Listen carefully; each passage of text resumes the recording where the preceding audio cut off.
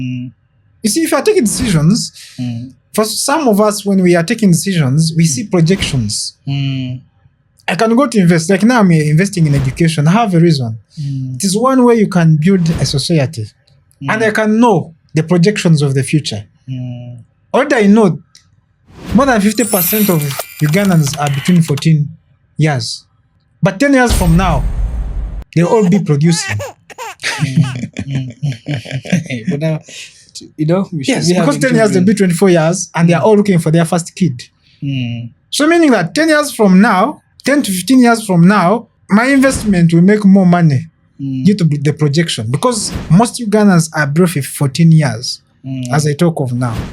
Yes. So I invest in a very good kindergarten with international standards. Kids will be using AI, programming, you know? Because 10 years, that will be the future of education.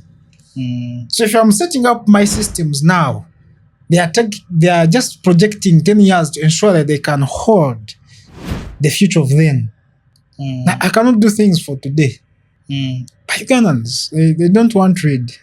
You ask him what the population doesn't know. So ignorance is ignoring truth, and it can affect you in your decision making. It is why people don't know what's taking place in our country. With the minerals we have now, with the two weathers we have, with the fertile soils we have, with the economic stability we have enjoyed, there's a lot of things you could do in our country and you'll be successful. It's why foreigners are coming and taking those opportunities and they become successful.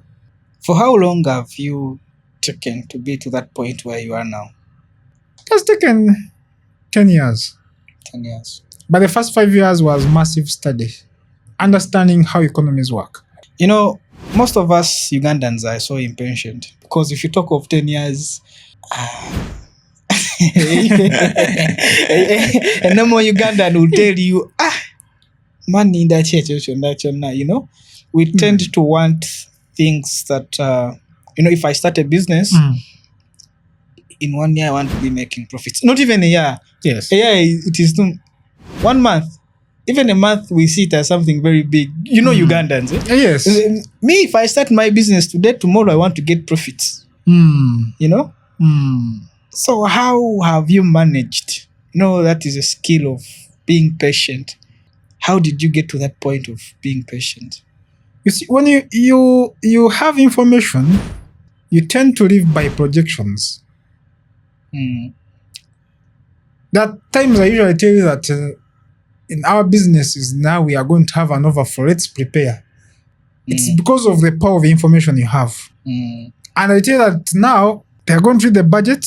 You are going to have scarcity because of A, B, C, D. Let's have cash reserves to make sure that workers have their salaries and everything. When you have information, you live forward than other people.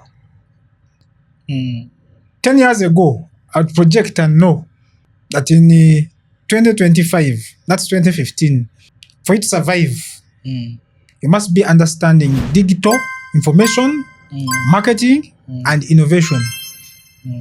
Wow. From 2015. That's 2015. Now it's 2025. That's 2025. So if you are going to have a company, it must be digitalized. We no longer use TVs for adverts. That was 2015. We use individual brands for marketing. This is why you see people running to look for Kasuku. He has got the following. He has got the following more than TVs. But 15 years ago, that was not the case. I can tell you now, 10 years from now, to be AI. Now, the problem is Uganda, we are still 15 years ago. We are making an evolution from TV to online. But people have already gone. Chinese are gone. When you go in China, hotels, they don't have waiters. They have robots which deliver things. They are ahead of us. Autonomous driving. They no longer have drivers. You order a car, it comes driving itself. It picks you, takes you where you go. Already working in China.